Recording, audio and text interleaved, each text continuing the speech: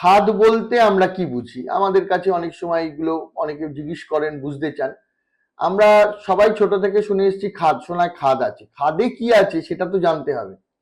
তো সোনার খাদ অ্যাকচুয়ালি আমাদের দেশে যে সোনার, ভারতে যে সোনাটা, আমি প্রথমে বলি একটু রেডিশ হয়, মানে একটু লালচে টাইপের সোনাগুলো হয়, কিছুদিন থাকলেও দেখবেন একটু লালচে হয়ে যায়।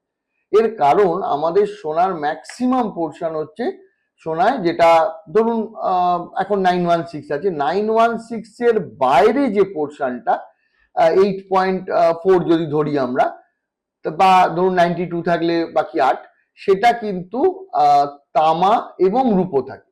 কিন্তু এটা মাথায় রাখতে হবে, যেহেতু রূপো একটু দামি, তাহলে সেক্ষেত্রে তামাটাই বেশি থাকে ইন্ডিয়াতে। তাই জন্য সোনাটার একটু লালচে ভাব আমাদের সোনায় আসে। আপনি যদি তুলনা করেন দুবাইয়ের সোনার সাথে, দুবাইয়ের সোনা হয় সাদাটে। এর কারণ হচ্ছে ওদের ওখানে কোনো তামাটা খুবই দেওয়া হয়ই না বলতে হয়, পুরোটাই রূপো, সেই জন্য সাদাটে একটা ভাব আছে। কিন্তু যদি আপনি পিউরিটি ওয়াইজ, ওটা কিন্তু সেম। আজকে 22 ক্যারেট মানে 916, মানে দুটোই 916 সোনা হিসেবে 916, কিন্তু ওর সাথে যেটা রয়েছে সেটা কিন্তু খাতটার উপরে ডিপেন্ড করে। আপনি যদি তাতে কিন্তু হলমার্কিং এ কিছু আটকায় না।